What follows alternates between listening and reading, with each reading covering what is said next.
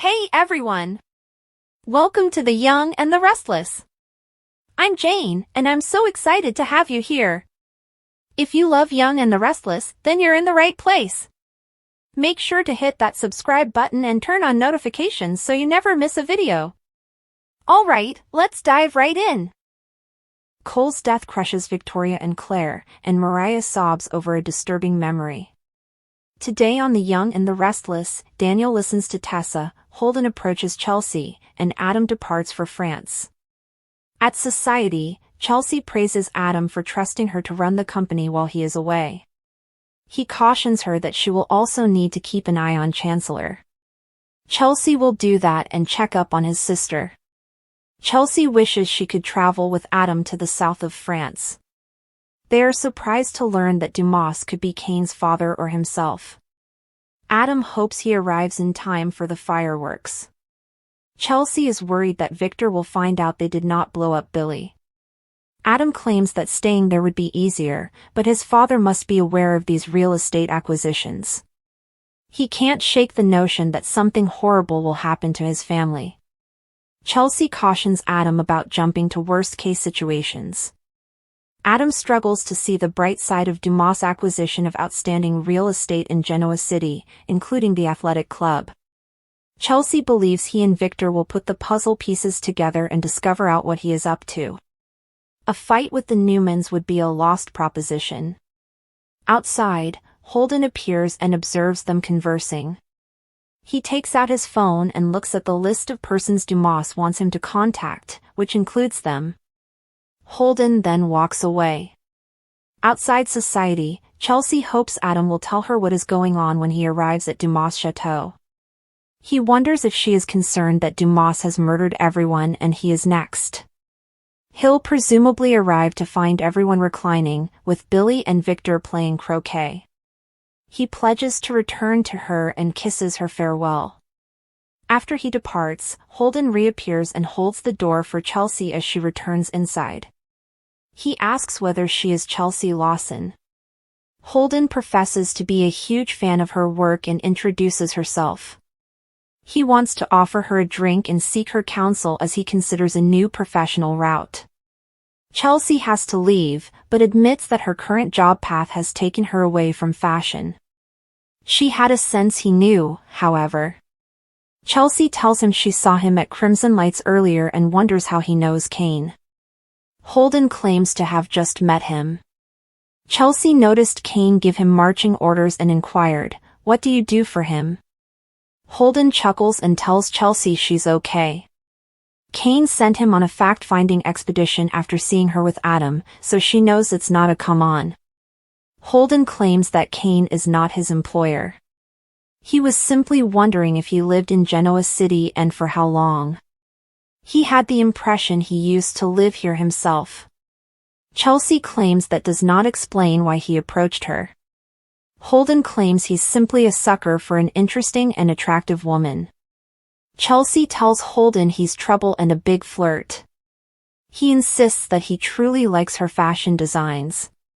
She appreciates the praise, but believes everything else he stated was false. "Have a good night," she says and walks out. Victoria tells Cole he's improving, and Claire says it's great to see him awake. He needed to see them both again and is relieved they made it back on time. Claire inquires, "In time for what?" He continues, "For us to say our goodbyes." Victoria's eyes well up with tears. Claire denies that it's time to say goodbye. Cole feels he is nearing the end of his life. He does not want to waste it with denial. Claire refuses to let him leave so quickly after finding him. He needs to stick around. He wishes he could, but his body is failing him. Claire wants to go to the doctor, but he asks her not to because he is scared he will not be present when she returns. Cole cannot bear the thought of them seeing him suffer any longer. Claire screams, "You can't give up."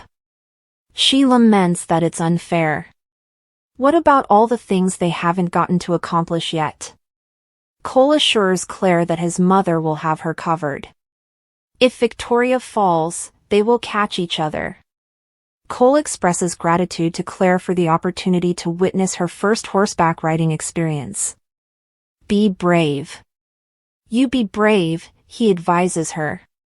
My proudest moment was being your dad, Claire tells him, expressing her pride in being his daughter. As a child, she felt lonely and desired for a tall, gorgeous, kind, sweet, and amusing father figure. Cole wishes he could have been there for her, holding her hand. Claire asks him not to let go right now. He's far better than the father that little girl dreamed for. If he lets go, she'll grab tight. She encourages him to fight and become better. She still needs her father, despite the fact that she is an adult. Cole informs Claire that this is only one chapter in her story. It's a tragic story, but they were given a second chance to get to know each other and did their best to make up for lost time. Claire wants more time with her loved one. Victoria sobs as Claire pleads for more time. Cole would if he could, but this is it. Claire cries that she can't take it anymore and leaves the bedside. Victoria tells Cole that Claire would always remember her father telling her how much he loved her. She only wants to sit with him and not say anything. Cole exclaims, We got our second chance, Vic. It's rare for people to experience such love again. Victoria does not believe this is a happy ending. He claims they got the joyous part. Victoria expects to see him in the next life. Cole tells her, I'll be waiting. He loses his breath and says he knows she'll look after their daughter. Victoria understands he can't remain, but she'd like to ask him one final thing. Would you kiss me? Cole desires it more than anything. They kiss, and then he leaves. Victoria breaks down. Daniel arrives at Crimson Lights to see Tessa pouring a cocktail on the patio. He asks if she's okay. She is not. She informs him that Mariah has moved out of the house. Her wife informed her that they needed time apart so that she could solve what was wrong. She pleaded with her not to do this. How can a marriage succeed if one spouse entirely shuts off the other? Tessa informs Daniel that Mariah claimed she'd return when she was ready, but it didn't feel transitory. Daniel is startled by everything. Tessa claims she feels she is protecting them. Daniel told himself the same thing, although leaving can be more damaging. They explore whether Mariah cheated on Tessa, who claims the situation is far worse. She only remembers thinking about Ian Ward and starting to drink. Tessa wants to help, but she won't speak to her. Daniel asks Tessa if he should try to talk to Mariah. Tessa believes she would simply wait a while and see if distance will help her figure things out. Being separated from her and Arya may become too difficult, and she will return. Daniel wonders how she will get through it. Is there anything Mariah might have done that she cannot forgive? Tessa understands Mariah's agony and misery, as she has not found love with anybody. Daniel wonders if what she did was beyond Tessa's imagination. She inquires, What are you trying to say?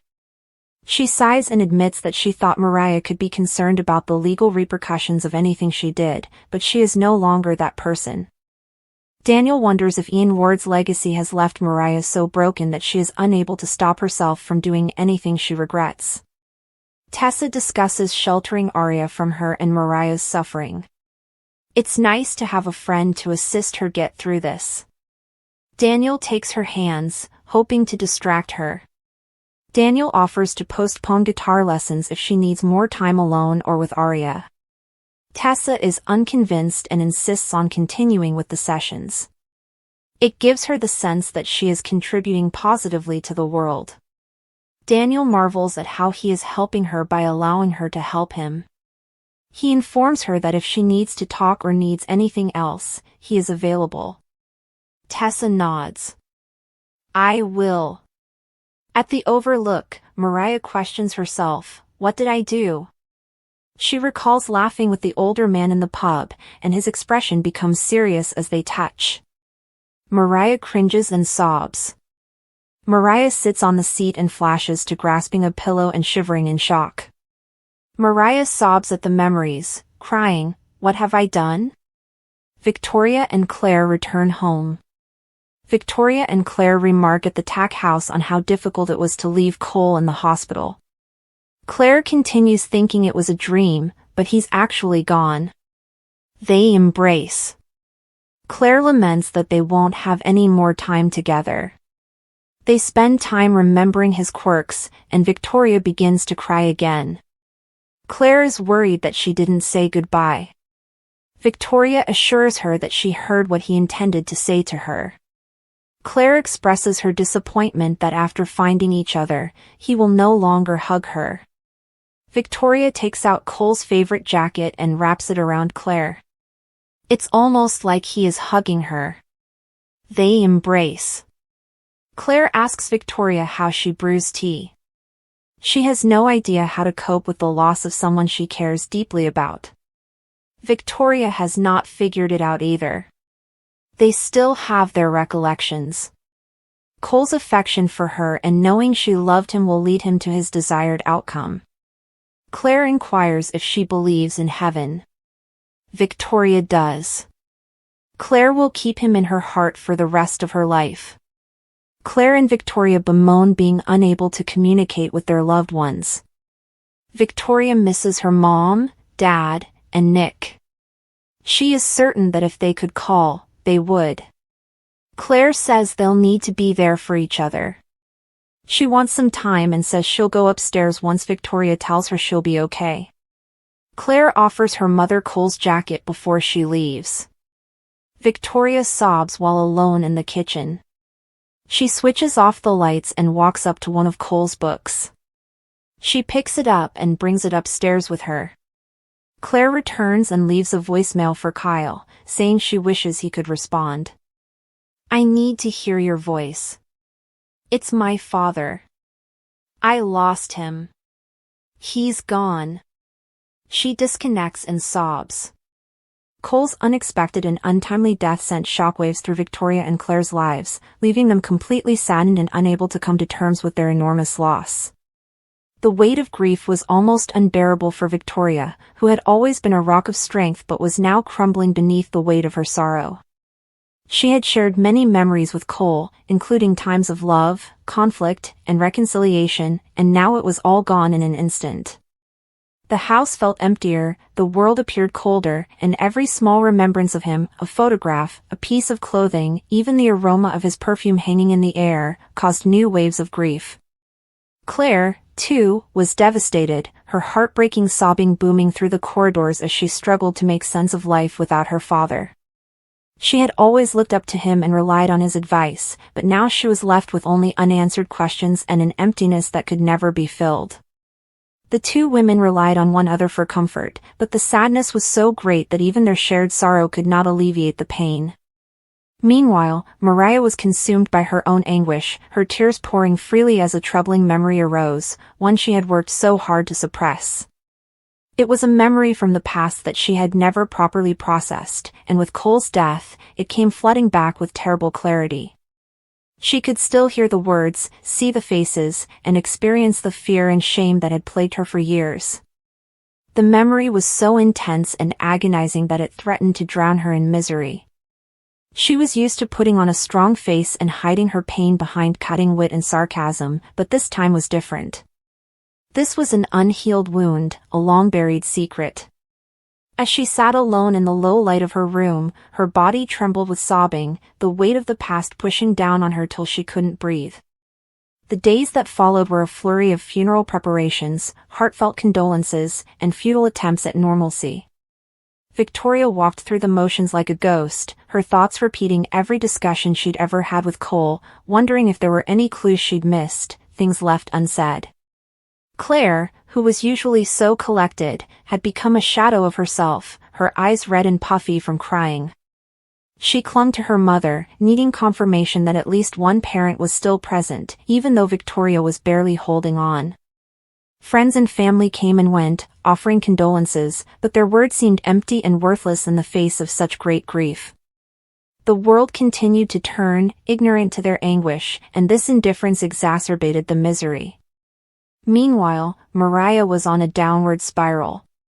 The resurfacing memory was eating away at her, and she wasn't sure how much longer she could hold it in. She had always been the strong one, capable of handling any situation, but this secret was too much. It wasn't only about her, it was about Cole, about events that had occurred a long time ago and could affect everything if revealed. She longed to tell someone, to unburden herself, but fear kept her silent.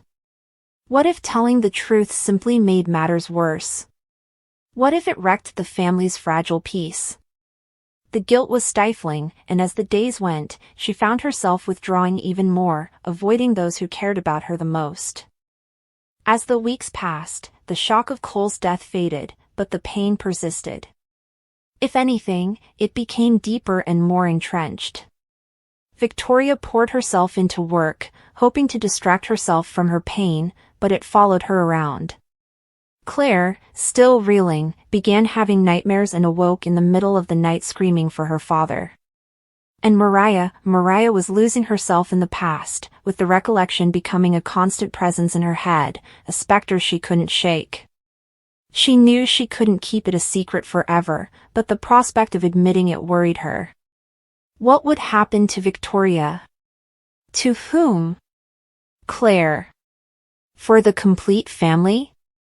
The tension in the house was intolerable, like a quiet storm brewing beneath the surface. Victoria sensed something was wrong with Mariah, but she was too preoccupied by her own sadness to pursue the matter. Claire, too, recognized the shift in her aunt but lacked the motivation to face it. So the days passed in a swirl of sadness and whispered secrets, with each of them locked in their own personal purgatory. Then, one night, Mariah broke.